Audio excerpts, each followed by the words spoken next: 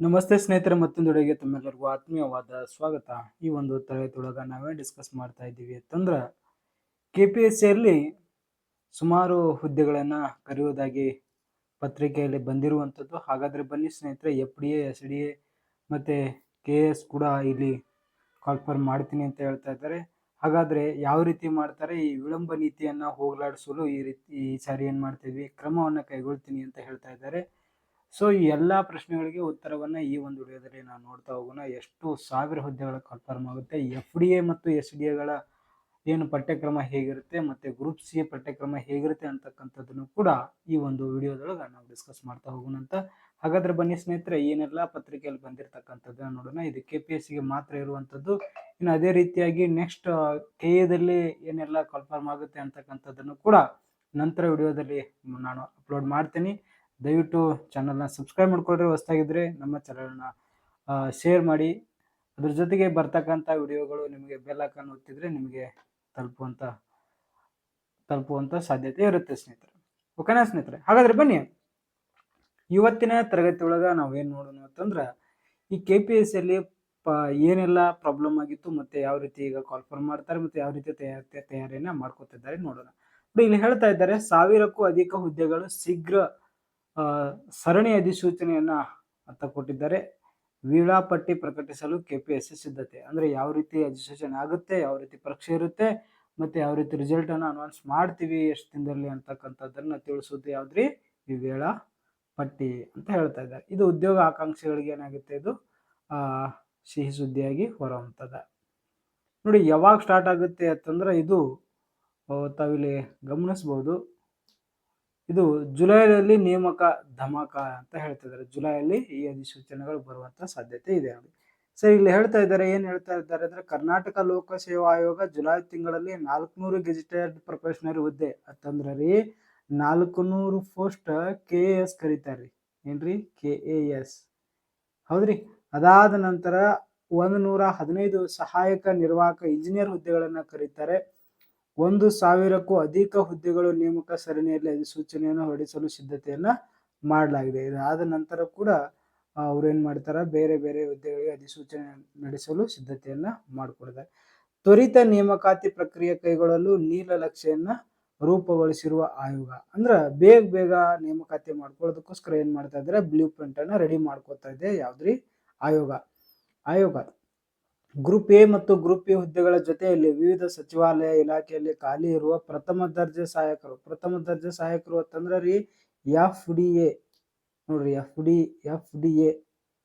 FDA ಇದಕ್ಕೆ 2 ಪತ್ರಿಕೆ ಇರ್ತಾವ. ಒಂದು GK ಇರುತ್ತೆ ಸ್ನೇಹಿತರೆ, ಮುಂಚೆ ಹಂಗಿತ್ತು. ಆ ನಂತರ ಒಂದೇನಿರುತ್ತೆ, ಕನ್ನಡ ಸಬ್ಜೆಕ್ಟ್ ಇರುತ್ತೆ.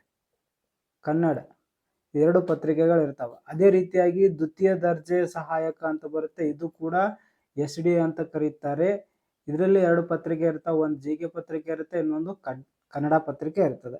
ಇನ್ನು ಗ್ರೂಪ್ ಸಿ ಹುದ್ದೆಗಳಿಗೆ ಸೇರಿದಂತೆ ಸಾವಿರಾರು ಹುದ್ದೆಗಳು ಕಾಲಮಿತಿಯೊಳಗ ನೇಮಕಾತಿ ಪ್ರಕ್ರಿಯೆಯನ್ನು ಪೂರ್ಣಗೊಳಿಸಲು ತಯಾರಿ ನಡೆಸಲಾಗಿದೆ ಅಂತ ಹೇಳ್ತಾ ಇದ್ದಾರೆ. ಇನ್ನ ನೋಡಿ, ಗ್ರೂಪ್ ಸಿ ಒಳಗ ಏನಿರ್ತ್ರಿ ಅಂತಂದ್ರ, ಗ್ರೂಪ್ ಸಿ ಒಳಗ 2 ಪತ್ರಿಕೆ ಇರ್ತಾವ. ಒಂದು GK ಇರತ್ರಿ, ಇನ್ನೊಂದು ಏನಿರುತ್ತೆ ಸ್ನೇಹಿತರೆ, ಅಂತಂದ್ರ ಸಂವಹನ ಅಂತ ಐತೆ, ಕಮ್ಯುನಿಕೇಶನ್ ಅಂತ ಪೇಪರ್ ಇರುತ್ತೆ. ಸಂವಹನದೊಳಗೆ ಮತ್ತೆ 3 ಭಾಗ ಮಾಡಿದ್ದಾರೆ. ಅಲ್ಲಿ ಕನ್ನಡ ಇರ್ತದ, ಇಂಗ್ಲಿಷ್ ಇರ್ತದ್ರಿ, ಆನಂತರ ಕಂಪ್ಯೂಟರ್ ಇರ್ತದ. ಕಂಪ್ಯೂಟರ್ ಪ್ರಶ್ನೆಗಳು ಇಲ್ಲಿ ಇರುವಂತದ್ದು. ಇಲ್ಲಿ ಪ್ಯೂರ್ ಆಗಿ GK ಇರ್ತದ. GK ಒಳಗೆ history, political, economics, geography, science, mental ability, ಈ ರೀತಿ ಪ್ರಶ್ನೆಗಳು GK ಒಳಗೆ ಇರ್ತಾವ.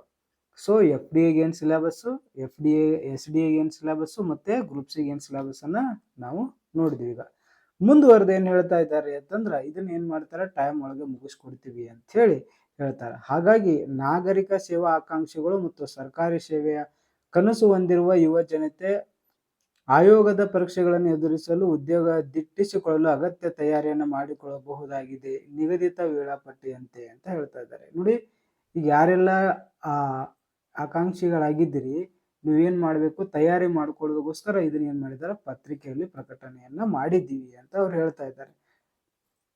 ನಿಗದಿತ ವೇಳಾಪಟ್ಟಿಯಂತೆ ನೇಮಕಾತಿ ಪ್ರಕ್ರಿಯೆಯನ್ನ ಪೂರ್ಣಗೊಳಿಸುವ ಮೂಲಕ KPSC ತನಗೆ ಅಂಟಿರುವ ವಿಳಂಬ ನೇಮಕಾತಿ ಕಳಂಕವನ್ನ ತೆಗೆದು ಹಾಕಲು ತೊಡೆದುಕೊಳ್ಳಲು ಮುಂದಾಗಿದೆ ಅಂತ ಹೇಳ್ತಾ ಇದ್ದಾರೆ. ಅಂದ್ರೆ KPSC ಒಳಗೆ ಒಂದ್ಸಾರಿ ನೋಟಿಫಿಕೇಶನ್ ಆಗ್ತಾರೆ, 5 ವರ್ಷ ಅದನ್ನ ಕಾಯ್ಬೇಕು ರಿಸಲ್ಟ್ಗೋಸ್ಕರ ಅಂತ ಏನಿತ್ತಲ್ಲ, ಅದನ್ನ ಏನ್ ಮಾಡ್ತಾರೆ, ಕಡಿಮೆ ಮಾಡ್ಕೊಳ್ಳೋಸ್ಕರ ಅದನ್ನ ಆ ಕಳಂಕನ ಹೋಗ್ಲಾಡಿಸಲು ಇದನ್ನ ಮಾಡಿರುವಂಥದ್ದು.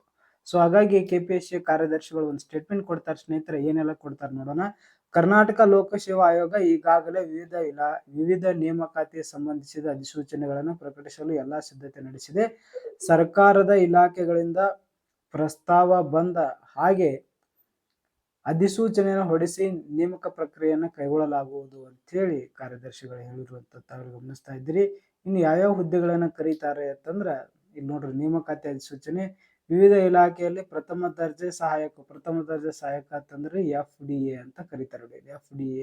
FDA ಒಳಗೆ 2 ಪತ್ರಿಕೆ ಇರುತ್ತೆ ಅಂತ ಅವಾಗ್ಲೇ ಹೇಳಿದ್ದೆ ನಾನು. ಒಂದು GK ಇರುತ್ತೆ ಸ್ನೇಹಿತರೆ, ಇನ್ನೊಂದು ಏನಿರುತ್ತೆ, ಕನ್ನಡ ಇರುತ್ತೆ. ಕನ್ನಡದೊಳಗೆ ಏನೇನು ಇರುತ್ತೆ ಸರ್ ಅಂತಂದ್ರೆ ಸಾಹಿತ್ಯ ಚರಿತ್ರೆ ಇರುತ್ತೆ, ಸಂಧಿಗಳು, ಸಮಾಸಗಳು, ಕೃದಂತಗಳು, ವಾಕ್ಯಗಳನ್ನು ಸರಿಪಡಿಸುವುದು, ಒತ್ತಕ್ಷರಗಳನ್ನು ತಿದ್ದುವುದು, ಸೊ ಈ ರೀತಿ ವಾಕ್ಯಗಳನ್ನು ಸರಿಪಡಿಸುವುದು, ಈ ರೀತಿ ಪ್ರಶ್ನೆಗಳು ಇಲ್ಲಿ ಕನ್ನಡದಲ್ಲಿ ಬರ್ತಾವ.